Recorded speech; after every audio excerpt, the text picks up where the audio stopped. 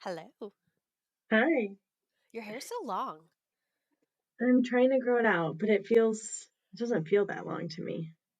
I don't I know, it guess looks very long. But the hard if part it was is like for shorter. me it like cuts at the end of the screen, so I like can't see where it ends. Yeah, it does look long though. Yeah, it is getting longer. I'm So I'm over it right now. It's really bothering me, but how long do you want it? like long again, like mid back. Mm-hmm. Yeah. That's how it was when I had Axel, and then I just was like, yeah, no, get rid of it. Yeah, I still feel that way. I'm still like I don't want any hair. I don't want to deal with it. My worst thing with long hair, like I like it on me, but I have thinner hair, so it's sometimes not as flattering, but my least favorite thing when it's long is like when you sleep or just like hanging out and it gets like in your armpits. Oh yeah. Yeah, no, it's starting to bother me when I'm sleeping. And I've been trying not to put my hair up in a ponytail because I always do Hmm. that. Yeah, I've just been trying not to do that so that it doesn't like get all, funky at night. But then it gets all like stuck because you're like laying on it and then it's like pulling on your neck. Yeah, I need to find Uh-huh. a happy Yeah, medium. sleeping with long hair. Maybe you could like braid it at night. Yeah, something. But yeah, no, I Hmm. pretty much probably will go back to sleeping with it on top of my head. Ever since having Yeah. Axel, I've been taking showers at night and I hate styling my hair and I hate blow drying my Me too. hair. And yeah, it's when it's longer, you don't have to like style it, but you still have to like blow dry it. When it's short, you have to like actually Hmm. style it. So Yeah. lose lose Yeah, my hair situation. looks like crap half the time because I don't want to use heat to it and it just dries like so terribly. Like my hair just dries awful.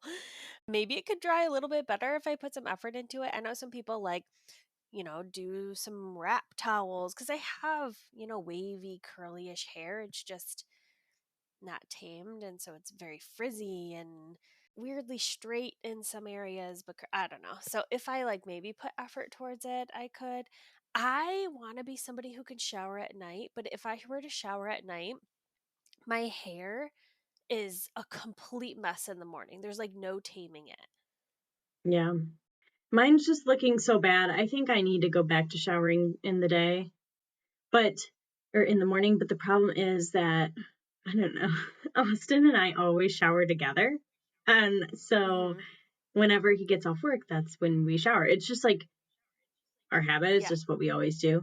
And so I always end up just waiting for him and showering at night because then Axel's in Hmm. bed. I don't have to worry about trying to shower while he's doing Yeah. something. So, yeah, But then having to shower when you already wake up so early for daycare, ugh, it'd be yeah, so hard. yeah. So I don't know. I think I need to start changing my routine so that I'm not like having this nasty, like wavy, whatever hair it I is don't every think it day. looks bad. Oh, It it's just, like, I mean, I think it looks, it looks like I just rolled out of bed, I feel like. Like from the back. You I can't think really it tell just from the front. looks like it just like air dried, Yeah. you know? And it looks I don't think it so looks much bad. nicer when I dry it. Oh, Yeah. oh, we could keep talking about hair all day long. I know we could. We could. But I did want to tell you, Eleanor had another play date. So I met up with some friends that I've been friends with forever. Met them at my first job. And so now we all have kids. And there's one, Aubrey, who is like a month and a half younger than Eleanor. Okay. And then there was I think Maddie 7 months, 8 months, if I remember Okay. correctly. But we got to the house and Eleanor she did well. She's a very sensitive baby and they have a dog and we're not around dogs very often. And Hmm. dogs, they like lick the face. So that she got a big lick immediately and just like did not trust that dog for a long time. Eventually she was fine and the dog left her alone. Like once the dog gave her the initial kisses, it was like she wasn't even there anymore. So it wasn't like the dog was all up in her face the whole time, but she was very wary of the dog for a little bit. But it was like the same thing. It was, I mean, obviously the baby couldn't like play in the same way that Yeah. the older kids could, but they very much did like parallel play. So they weren't really playing together. They're just kind of like playing in the same vicinity and like sometimes noticing each other. Oh, But it was cute. It was cute. It's a group that I'm excited for Eleanor to kind of grow with and play. Maybe in the next like year, next summer will probably be a lot of fun. yeah. But yeah, that was fun for us. Well, that's good. We went to the farm, so similar to your play date, we went to the farm with Hudson. Actually, it's like a metro park, but they also have like a farm and a Oh, park there. Oh, so it was a lot of fun. You could actually get up close to the animals, you could pet them. oh, nice. So we saw lots of animals. We could not find the pigs, though, for some reason. Pigs seem a staple of a farm. I know. The cows came up to you, so that was cool. But Hudson was very into petting them and looking at them, and every time I tried to take Axel out, he was just like, "All done, all done." I'm like, How old "Okay." is Hudson again? He's 14 Okay. months. No, 2 months younger than Axel, so 13 months. Okay. And Axel's 15. Yeah. And then Hudson's walking now, so Axel was very into watching Hudson walk around the park. Mhm. But Mhm. we love the slide. Both of them love the slide. They climb up the stairs, go down the slide. They like to go down on their bellies. So that was new. But yeah, no, the new thing though that we discovered is that they like to hold hands. So in the stroller, they were holding hands. At the restaurant, they were holding Oh my hands. So, goodness. Oh, so they that were is all so about cute. Stop it. they were all about holding hands. I'll have to send you a Do you picture have of a it. Yeah, picture? You'll have to say yes. yeah, That's adorable. That makes me think of when we got Eleanor and Axel together and they were eating, and Axel kept trying to hold Eleanor's hand, and she was like, "What are you doing?" oh yeah. No, don't touch me. I think we got a picture where it was like fine for a minute, but Eleanor And doesn't then like, yeah, yeah. yeah. No, Hudson likes to reach out, and then Axel's like, oh, "Okay, you want to hold my hand? Sure." Like, Yeah, that's so cute. Very, very cute. We also made me think about how we hung out with Rob's parents this weekend. So we went their way and we ended up going to this park that was like downtown near their house. And it was so cool.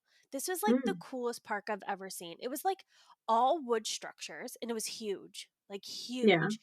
It would be, I think it's going to be a really great place for when she's a little bit older. But in the middle, it had this really large sand pit, looked really well kept and maintained because I know sometimes public park sand pits can be gross, but it looked nice. And we put her in a swing for the first time, gosh, since maybe February. There's not a lot of parks by us that have the baby swings, so she Oh, hasn't gone okay. in many.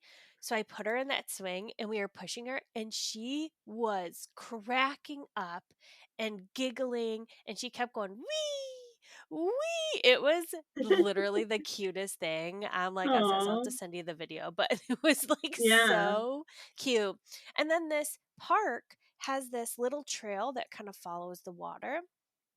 And the trail has like it tells a story along the way. So it has like those, I don't even know what you call them, like podiums that No, have a okay. book there. Yeah, and you can like read the pages of the book along the trail. So we ended up doing that and it was super cute. No, that reminded me. There's like a up by my cottage. There was always this huge wooden park, and it's like it has like a little river. And this is where my mom got married. Hmm. But yeah, no, those parks, those wooden parks are really fun because they're like huge and there's so many different Hmm. things to do there. Yeah. Yeah, and there were older kids. I think there was a birthday going on. There were older kids, and they all had some fun gear, and they all had like foam swords, and they were like running around. I'm like, oh my god, this is so freaking cute! I can't wait to come here when she's a little older. Yeah. No, I'm just like after him like watching Axel at the park, I wanted him to walk so bad because I'm like, okay, just walk to the next thing because he would walk and then fall in the wood chips and then try to eat the wood chips. I'm Hmm. like, no, we're not eating the wood chips. Let's walk over. Let's follow Hudson. He took a few steps and he would do it, and then he would take a few steps on the cement, and then he started to crawl on the cement. I was like, okay, yeah, no, we're not doing that. Oh, I know that always. I'm like, like that has to hurt your knees. Yeah. We officially had to block off the cats from the ceiling because they're like getting in the ceiling tiles in the basement, and so they'll just like walk Uh above me. huh.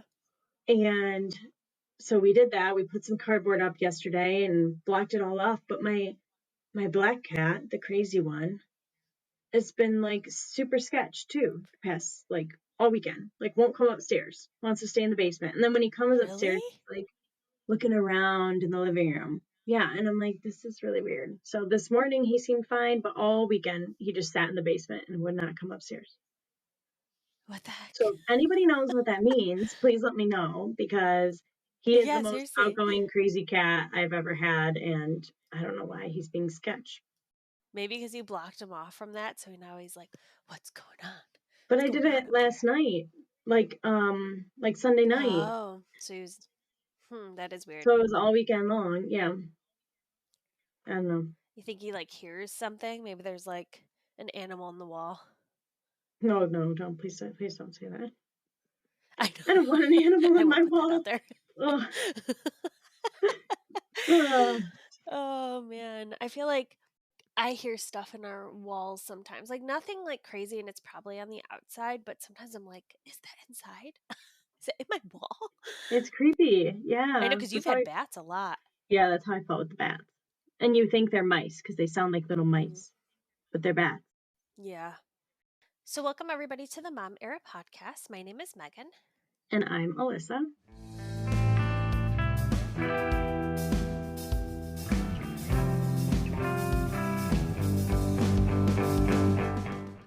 Today, we're shifting the spotlight from our children's milestones to our own. And as mothers, we often focus so heavily on our little ones first. So, their first steps, their first words, their first days of school, that sometimes we overlook the significant moments in our own journey. So, we have lots of milestones that we want to talk about today.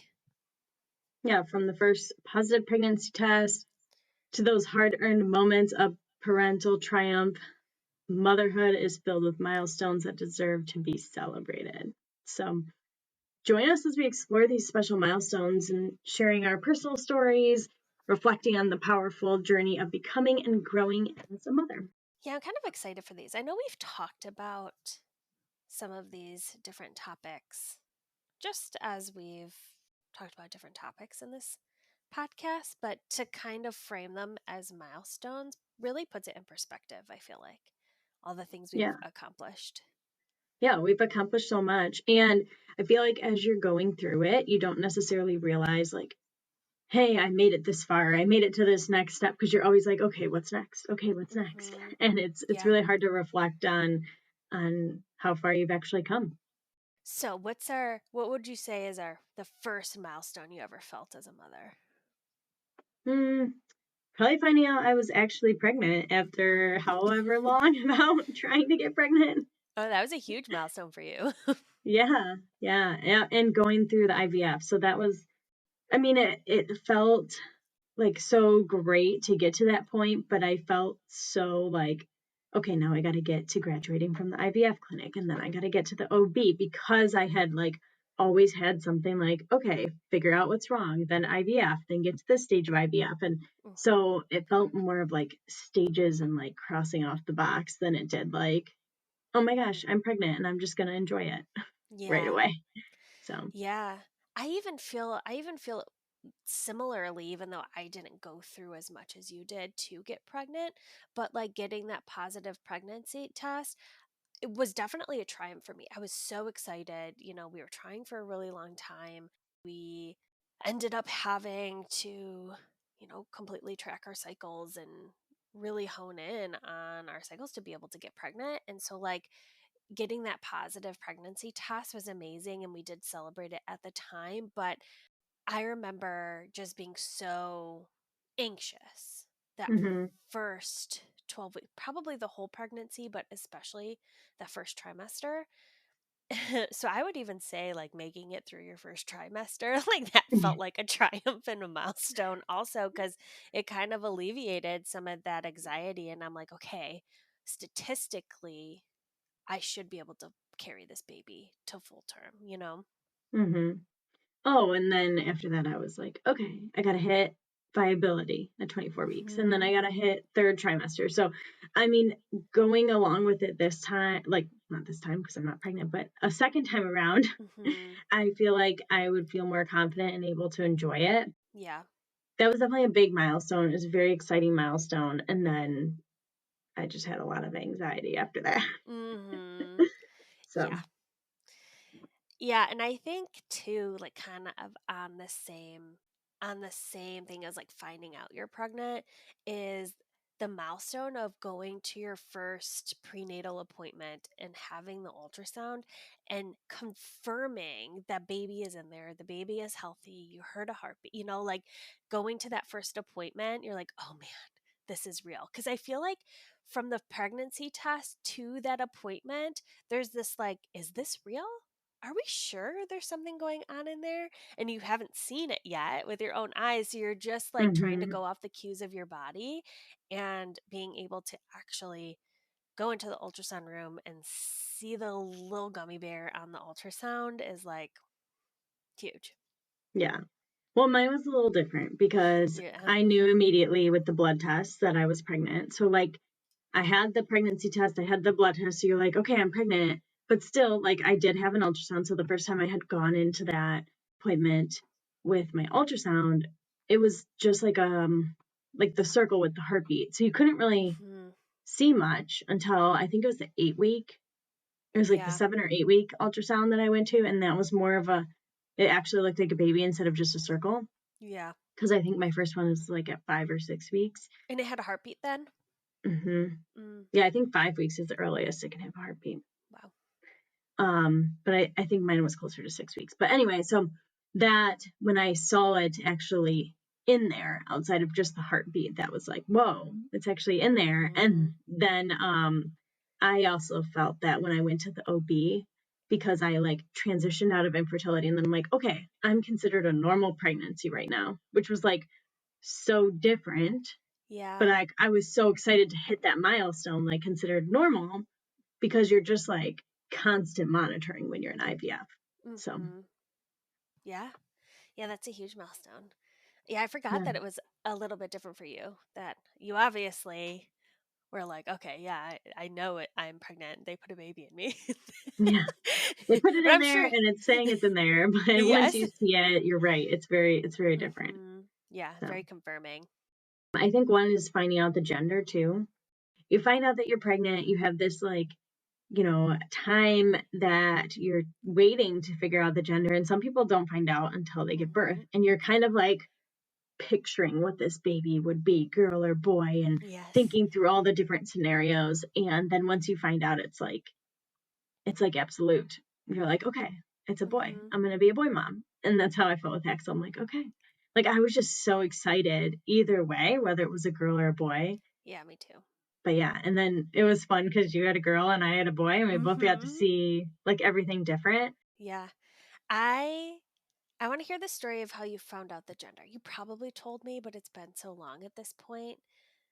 But Well, I I just told want to you hear. right after I found out too. I know, but did you do the NIPT test? Is that how you did it? Yes. Okay, that's how I did it Isn't too. that's what you did too? Yeah, Mhm. and then instead of waiting until like the reveal, because like my sister found out at the reveal, she had me do it. Mhm. But Austin and I read the test before we did the reveal, and we just revealed it to our To your family. family, yeah. Yeah, I remember So, I that. mean, I just got the text message saying your results are in. And so then Mhm. I opened it, and we were sitting on the couch, and I was like, oh, this might be my blood work for something else. I don't know, Yeah. whatever. And then I opened it, I'm like, oh no, Austin, it's a gender. And I'm like, are we waiting? Like, because I wanted to do like, give it to someone, have them put it in like a cupcake, and then just me and him like open it. And he's Yeah. like, well, why would we put it in a cupcake when we can just open it right now? And I'm Yeah. like, okay. So we opened it, and then I sent a text message to you like right after because you were Mhm. the only one I could tell anything to. Yeah. I think I Yeah. told you right after mine too. Well, I mine my NIPT test was a little bit different because I didn't get the blood results like on my phone. They actually called me before they released them to me. So they called me, and Rob No. wasn't home at the time because he was in Georgia visiting his brother. And we knew, like, we expected to get the results. So I had talked to him beforehand. So I'm like, if they call me and ask if I want to know the gender without you there, like, do you want me to, like, do we want to know and I can call you? And he said, yeah. So yeah, they called me and she was like, do you want to know the gender? I was like, I do. She's like, it's a girl. And I was just like, oh my God. And I was so excited. I called Rob right away. I'm like, oh my God, it's a girl. I like didn't know what to do with myself. And of course I would have been as happy, like, whatever the outcome was, but just like knowing what it was, I don't know, it's just like another milestone of making it feel more real. Hmm. I told you, right, when we signed up for the NIPT test, the nurse was very insistent on us not knowing the gender. She's like, Oh no. yeah, she's like, nobody gets or surprises in life anymore, and this is such a nice surprise. You should just wait and blah blah blah blah blah. I'm like, why do you care? Like, why? Why do you Yeah. care? What? Yeah, she was very pushy. I've had a lot of people like share their experiences with not finding out the gender and like waiting until birth. Hmm. And to me, it was like, I could never do that. Like, Hmm. like I felt like for the first baby, at least, I could never do that. And I don't know, I'm kind of like, I don't know. Do I want to do that Do you want a with a second surprise? baby? I don't Hmm. know. But Yeah. I find like my doctor was very like, this is the extra testing for the genetic concerns, which we didn't have any concerns because we had done a full extensive like genetic counseling through IVF, but it tests for the basic whatever. Hmm. And then she said, well, and then you also find out the gender. So she wasn't very like, you know, Yeah. whatever. So another milestone, this one related to pregnancy, is hearing the baby's heartbeat for the first time. I was almost 12 weeks at the time. I think everybody knows at this point that I didn't get an appointment until Mhm. 12 weeks. So I didn't get a lot of these firsts in terms of motherhood milestones for a long time when I was pregnant. So hearing that baby's first heartbeat is, I don't even know how to explain it. It's just another thing that puts it in perspective that there's like a real baby thing growing inside of you. You know what I mean? Mhm. Yeah, no, that was real to me. And it was like, I felt like, okay, was it where it's supposed to be at? Like, like, Yeah. and so then I was like, okay, well, what's a normal heartbeat? And then I was trying to gauge, like, oh, is the heartbeat high or low? And does Hmm. that mean gender? Yeah. So, Yeah, because there's a lot out there tying heart rate to gender. I'm not sure that any of that is true. I don't know. Some might be no, and I true. think they're all those, like, wives' tales or Wives' whatever. tales, yeah. I think the only one that might be true to a degree is like carrying high and low, Yeah. Or maybe. I don't in and know. out, maybe. Yeah. It'd be interesting to see, like, for baby number two, if I did do those wives' tales just to see, like, which ones were actually true. Because I Hmm. didn't do that with Axel. And I didn't either. I didn't look at any of those. And then there's like a Chinese calendar you can look at too, and the nub theory. I didn't do any of that. I'd be interested just to see, like, if any of it was even matching. Hmm. But at that same time, they're like 50-50. So regardless of what you are, it's probably going to be like, oh, these ones Yeah. were right and these ones weren't. Right. And if it does match, it's just probably luck. Yeah. Yeah. Another milestone is feeling the first kick. And I think I was like 18, 19 weeks when I started to feel the first like flutters, but like also like the kick. I don't know, because it just wasn't as strong at that point. But then once you Hmm. like really start to feel like the strong kicks constantly, it's just like such a weird, cool feeling. I remember like postpartum, I was like, I kept feeling things moving in my belly. I'm like, oh, Hmm. is there a baby in there? No, there isn't. But the kicks were such a cool feeling. They were. I remember in the beginning being like, is this a kick or is this gas? Yeah, that was so hard to distinguish. Hmm. But the easiest way I could describe it is like they're like flutters. It's Yes. like a Yeah. flutter. You Yeah. begin to be able to like discern between the two at a point, but in the beginning, It's a very similar feeling in the beginning, so you associate it with gas. You're like, oh, is this? But I think I felt mine was maybe similar where I had flutters around the same time, but I feel like I didn't really feel full-fledged kicks until a little after 20 weeks, maybe like Yeah, 22 weeks. 22, Yeah. 23. Yeah. Mhm. I Yeah. feel like second time around it would be you would just know, so you might feel them sooner. I don't know. Mhm. I know, I'm curious too if that will change. I remember too, like towards the end of pregnancy being like crazy about kicks because Oh yeah, they tell you towards, is it after 37 weeks? They tell you that you should 35 or have, 36. yeah, something like that, that you should have a certain amount of kicks in a day or in an hour period. And if you don't, then go to the hospital. And so you're constantly like, are you moving? Is everything fine? Like, There would be sometimes where I'm like, okay, Axel, move around, and I'm like mm-hmm, nudge him or like kick him, like. mm-hmm, But yeah, no, I would be fairly calm about that because a lot of the activeness would be like while I was working, so I would kind of feel it, and I'd count to like 10, and then at night, he was always at active at night, night. yeah. Hmm. Eleanor was the same. She was very active at night. And I remember reading that that's very common because during the day you're moving and that kind of like lulls them into a sleep. And then at night you're still. So then they're kind of partying. Yeah, they're like, okay, I slept all day long. Uh-huh. Like, time to party. Another big milestone was setting up the nursery or their bedroom. And that was Hmm. just, I was so excited to do this. And it's weird because I went into it with a mindset of like, I'm not going to make this a big deal. You know what I mean? Like, I'm just like, it's going to be so simple. But then as I got into it, it just became like this thing. But I was trying to be very practical. I know some people and when I was researching ideas online, would put a lot of like non baby friendly stuff in the nursery because of the aesthetic. Like they would put like fake plants or things you'd have to take out once your baby was mobile. But I was trying to come at it from like that perspective. But it was a lot of fun putting together the nursery. Hmm. Yeah, no, I definitely enjoyed that too. And thinking back, I did do a lot of practical with it, but I Hmm. feel like it just it wasn't used the way that I did it. You know what I mean? Like I feel like Yeah. I would get even more practical with it in terms of like the clothes and the dresser and how like I set all that up because it was just like some was in the drawer, some was hung Hmm. up, some was in a different drawer, and I'm like, I just want, newborn, 0 to 3 months, and then switch a basket, and you know what I mean? Yeah. So, Yeah.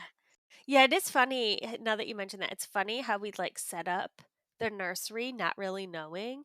I remember I put so many of like I bought those drawer bins and I had so mhm. many drawer bins in like every single drawer and eventually all of those got phased out. It was like too much work to like fold them and like stick them Oh yeah. in these little drawers and then I couldn't find anything. It just really wasn't practical. The only one that still has those little bins in it is the socks. But otherwise, I ended up taking all those out. I mean, most of the clothes and everything has been moved around, but pretty much everything else worked out for us. I mean, we ended up after she was born, I ended up having to buy a changing table because I originally was like, I don't need a changing table in her room. I'll just do it on the floor. And was Yeah, no. dying every night having to change her on the floor like 4 times. So, yeah, ended up getting a changing table, which is a lifesaver. Yeah. We still use it. Oh yeah, we love our changing table. Hmm. Like it's not like ugly, right? Like I mean, it's Ours not is ugly, too. but it's not pleasing when you look at like the Hmm. layout of the room. And I always wanted to put one on top of the dresser, but we just didn't have a dresser that way. Same. Yeah. But yeah, no, I love ours. It's just practical. It works out. Yeah. Hmm. I love ours too. Ours is, I bought it on Amazon and I don't even know what you would call it, but it's kind of like fabricy on the top and it's just like metal and it has like the X legs and it's Mhm. tall. And that's what I love about it. So, like, I don't have to bend down at all. Like she is at the perfect level. It might even be a little too tall for me, but like I don't have any issues with it. But that's the best part. Like I love it Yeah. so much.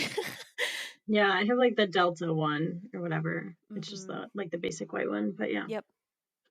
Another thing was going into the hospital to like give birth. So like one, you're going into the hospital for the first time ever to give birth, and you know you're giving birth because you're staying there.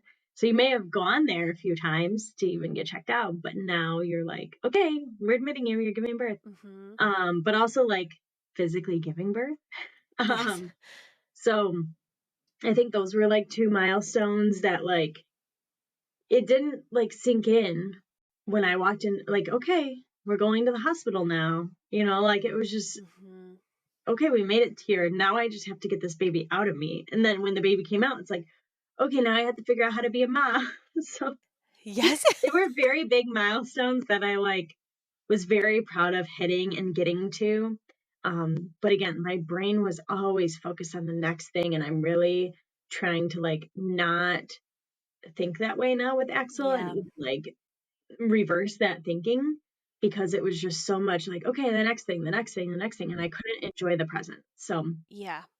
I was very similar where I was kind of like, okay, what's next? But I feel like that's just how our brain works and we're just trying to reduce as much negative outcomes like for the next thing, and it was probably the best thing for us in those moments. But yeah, I think number 2, you and I are going to be very zen and yeah, calm about it. We'll be in we the know what to moment. expect. We know what, I mean, again, it'll probably be because everyone says like you go into the second one and they're so different from the first one, Hmm. which totally the baby could be completely different. But I know how the first year looks like. I know what happens essentially basically in a birth. I know what Hmm. happens when you go into the hospital. So it's just yeah, it'll be a little bit different. It makes me think of a TikTok I saw where somebody was saying, for those of you who are becoming second time moms, these are the things that I have found. And she's like, just wait. I think they were just like positive, just rates, just Hmm. wait until you can actually enjoy the newborn stage, Yeah. because I feel like we were in fight or flight trying to figure everything out and like going through it a second time and knowing it's just going to now be something that we can enjoy. So Hmm. I am excited for that. But going into the hospital, that was in giving birth, that was definitely a triumph and a milestone. I wish it was more of the circumstance where I could have labored at home and we could have been like, oh, my water broke. And then I would go into the hospital. Like, I wish we would have had that kind of moment instead of kind of just moving from one room to the hospital to the other. And Yeah. because all my checkups are at the hospital, obviously not in the labor and delivery rooms, but so when they were like, oh, we're taking you in and you're gonna give birth now, it was just like, okay, we're moving you to another room. Yeah. Yeah. um It's different. yeah, but our bodies went through what they went through, and look at us, we're here We made it. with We our marked babies. another milestone. Check, check. A big milestone for me, this was a huge one, was just Mhm. the last pump or that last time breastfeeding. Like those were huge milestones. And we both made it pretty far. And by the time we were done, we were like, wow, that was a journey and we did it. Mhm. Our bodies did it. We fed our babies. Like that was a crazy milestone. And I even think the first latch too. Like that was also a nice milestone for me because it was a Yeah. tough road there. Yeah. No, I remember texting you like at 6 weeks when he finally latched, like one time. Mhm.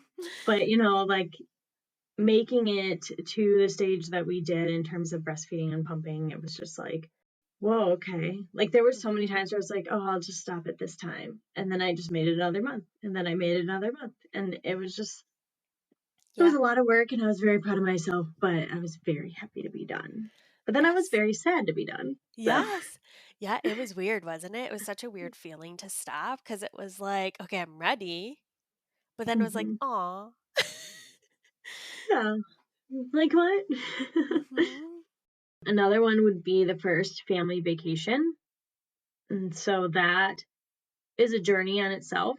I would say whether it's newborn or, older, like closer to one, I feel like it's still a journey. Because if they're a newborn, you can take them with you everywhere, but they need to be fed and changed and everything every couple hours. Mhm. Where when they're a little bit older, they'll eat some baby food, they'll have a bottle. It's not like, as crazy and consistent, but they're very much like wanting to explore, and you have to like have them back for their nap times. They can't just like nap in their car seat anymore. Yeah.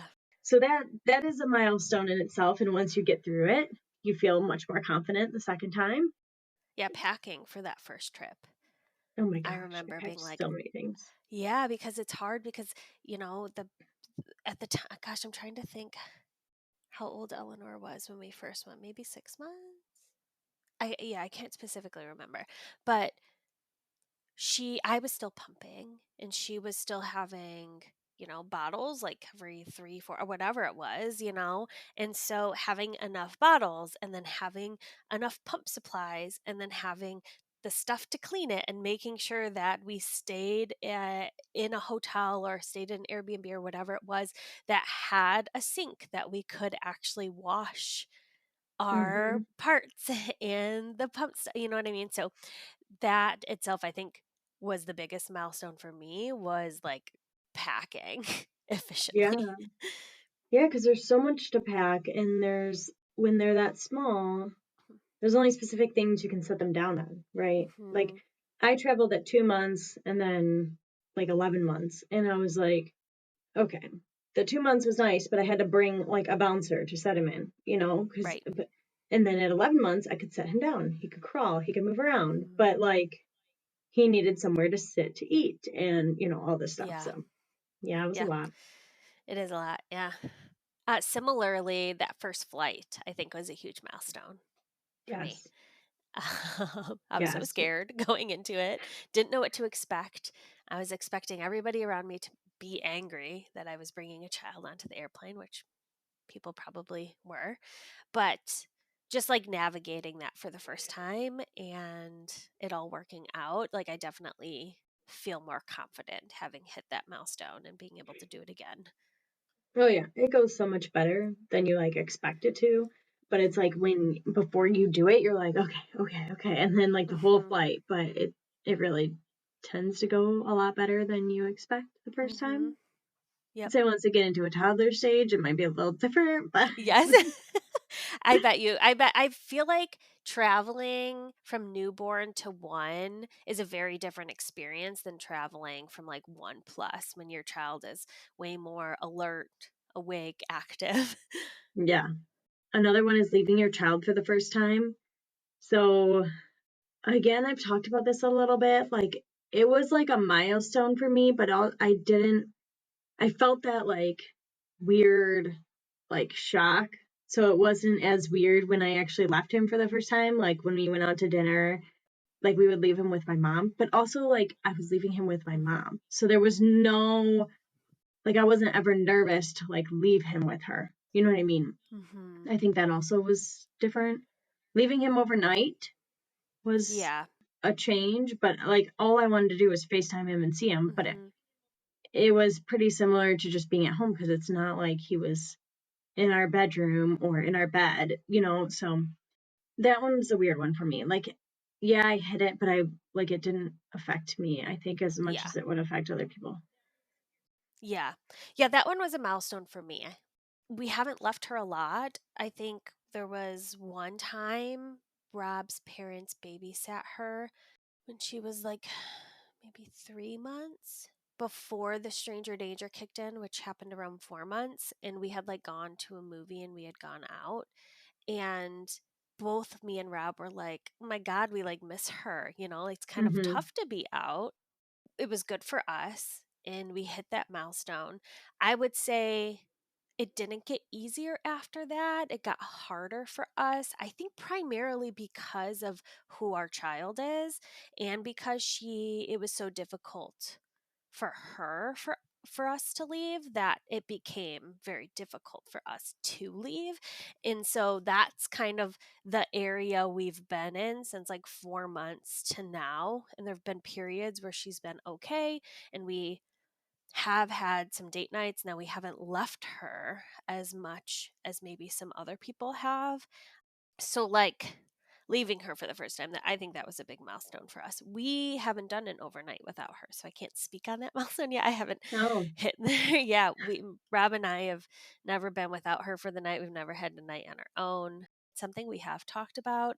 I just think Eleanor would need to be a little bit more comfortable without us, so it probably won't be for another, I don't know, maybe 6 months that might happen. I'm not sure what that'll look like, but haven't done it yet. yeah, yeah. I feel like it's getting harder now because he's realizing that I'm away from him. You know what I mean? Like at daycare, he cries, or he'll look at me and be like, "Why are you Yeah. leaving me?" You know, or if I leave him, like I left, we went out to eat after we went to the farm, and I left him with Hudson and my friend Emily just to go to the bathroom, Yeah. and he cried the entire time I was in the bathroom, and then like cried the entire time I was paying at the register, which he could still see me. I was still in view. Yeah. So I feel like as they get older and start to recognize you a lot more, it's definitely going to be harder Mhm. because like when they're like a little baby, you know, like I had picked up Aviana the other day from my mom and brought her in the car and, you know, brought her to the restaurant Friday night. And like, she didn't even, Yeah, she was like, just she like, wasn't like, oh, "Okay." my mom's not here. You know what I Right. mean?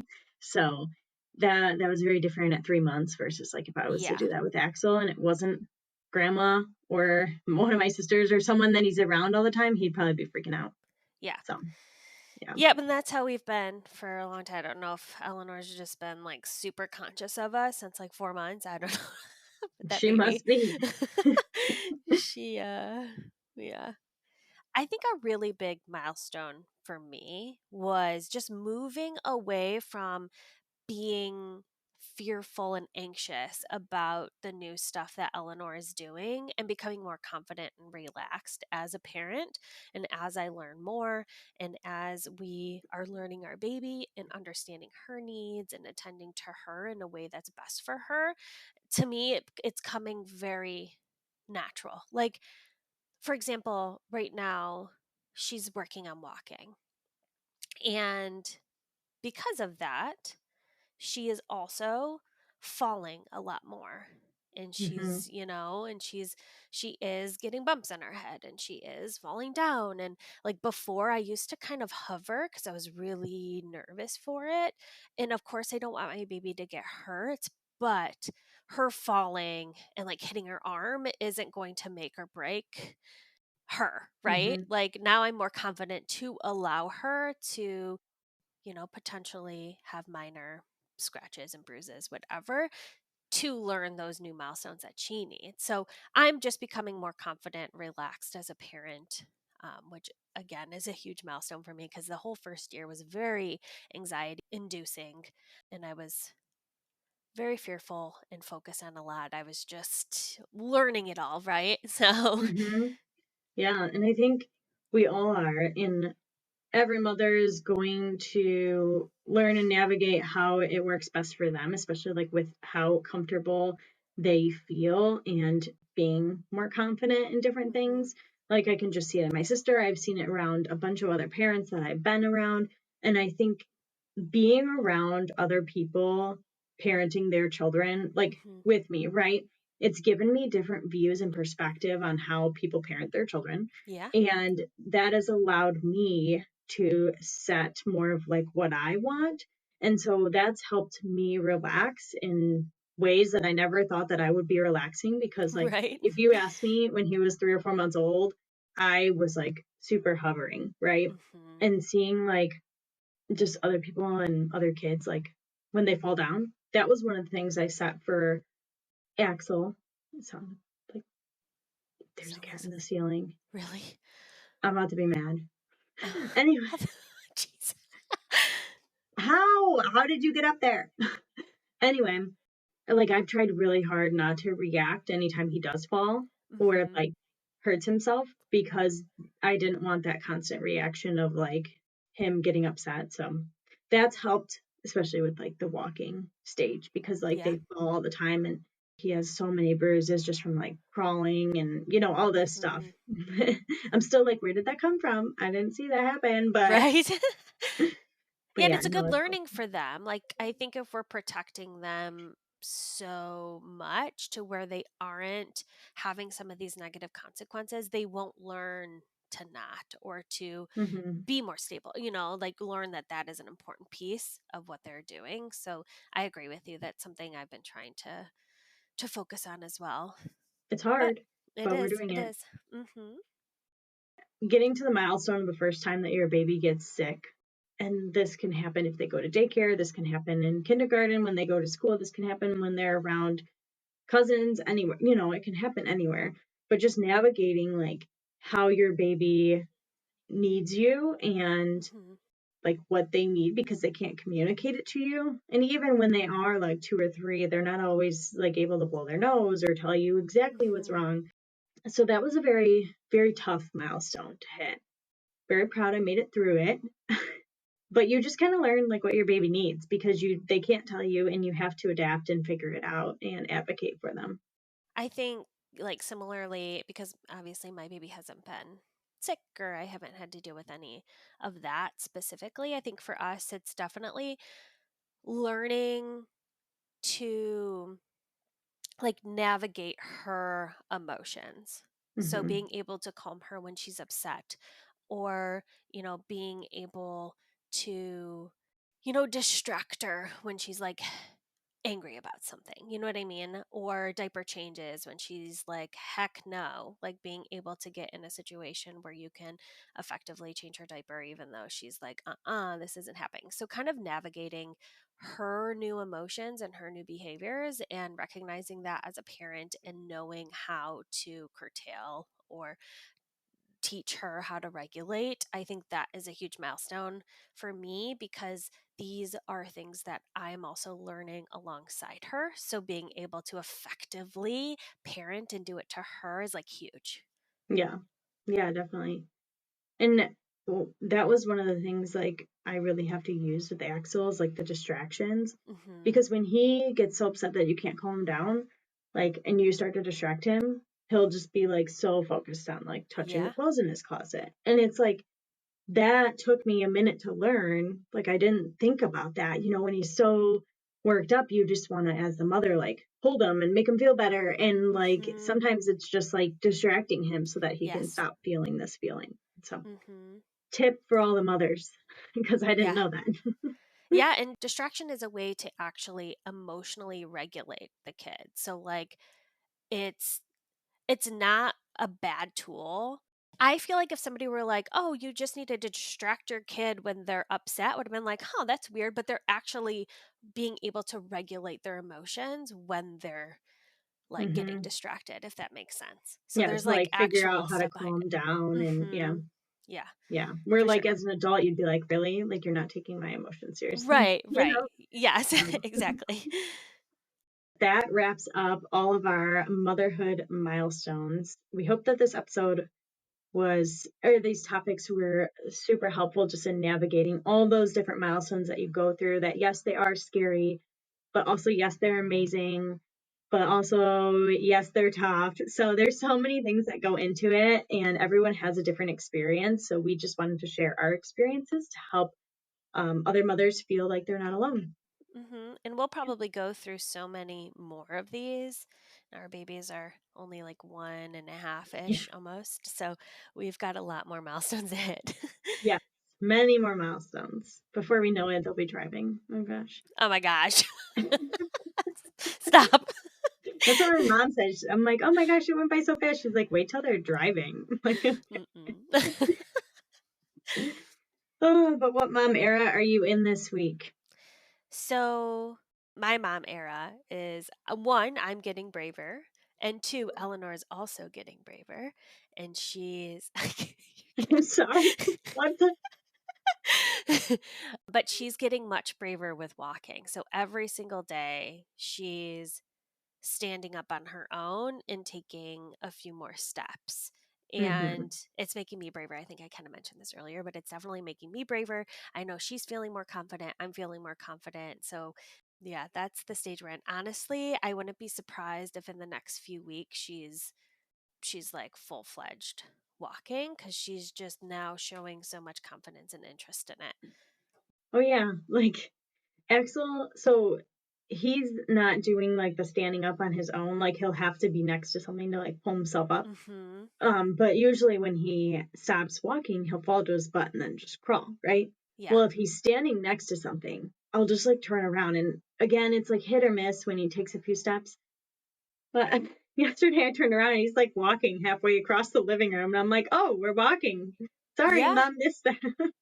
Yeah, that's how we are So, too. She's just like, you're yeah, just like turned around for a minute and they're like, do, do, do, do, do. And they're just so funny looking. they get so excited, though. They It's so do. cute. I know. So, I'm sure in the next couple weeks, they'll both be walking by the time Hmm. this episode even comes I out. know, probably because we're so ahead on recording. What about you? What's yours?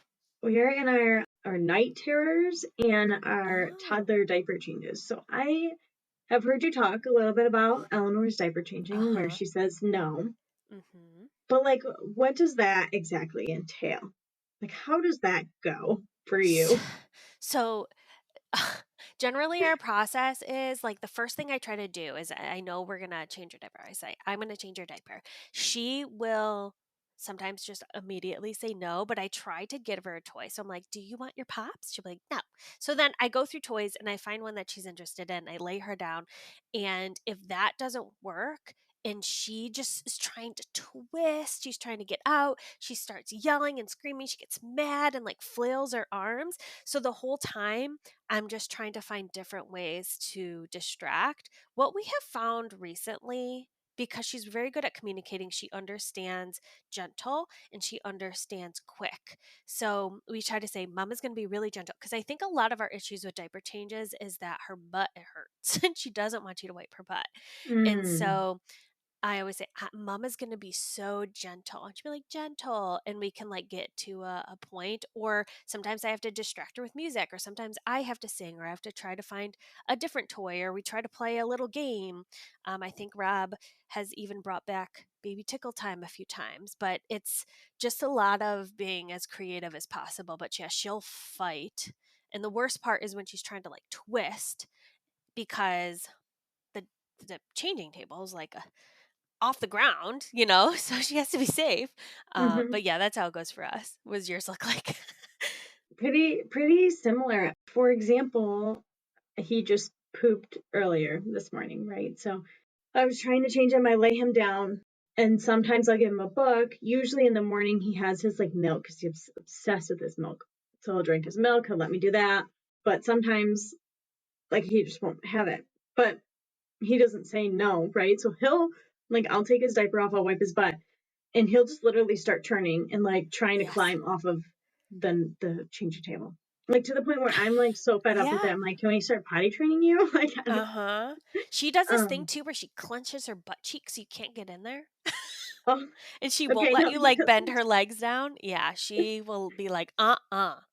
Oh no. No, he just turns and then he sits up and then he like has no diaper on. I'm like, okay, well we gotta put a diaper on, you know? And so then I'm like, I got one side done and then he's twisting, so then I'm trying to do the other side. So basically, this is what happens most of the time, and I'm pretty over it. My friend said that she has better luck with the like the pull-up diaper because of Oh, like trying to put it on. But I'm just trying to figure out like what do you taking do that if they off. poop? Yeah, Yeah. so you know how the swim diapers are pull up? Well, she Hmm. pooped the other day while we were out playing in her swim diaper. I getting that off was like the worst thing. I literally had her in the bathtub and I was pulling the baby down because you like pull it and it like wraps. It was awful. I don't know how you would do that. I don't know either, but What I have found though, like in this I don't know if this is similar to Axel, but I have found because sometimes when she's in those situations I'm like, no, no, no, stop, stop. That gets her like more upset and worked up. Like I can't say no or stop when she's in those positions, even though sometimes my brain's just like, stop. Yeah. There's poop. Stop turning. Yeah. Oh no, in those situations, I'm just like, buddy, and I give him my eyes, like, you need to calm down. And so then, like, eventually he'll just like calm down enough to where I can put the diaper on, and then he'll start crawling away. It might take me a few more minutes to put his clothes back on. I don't know where this cat is. It's somewhere in here. But lastly, they're the night terrors. So I asked the pediatrician about this when we had gone, and he will wake up like just screaming, crying. Nothing's in front of him, nothing's there. And she's like, "Oh yeah, it's just night terrors. Like most babies have them. Like every night.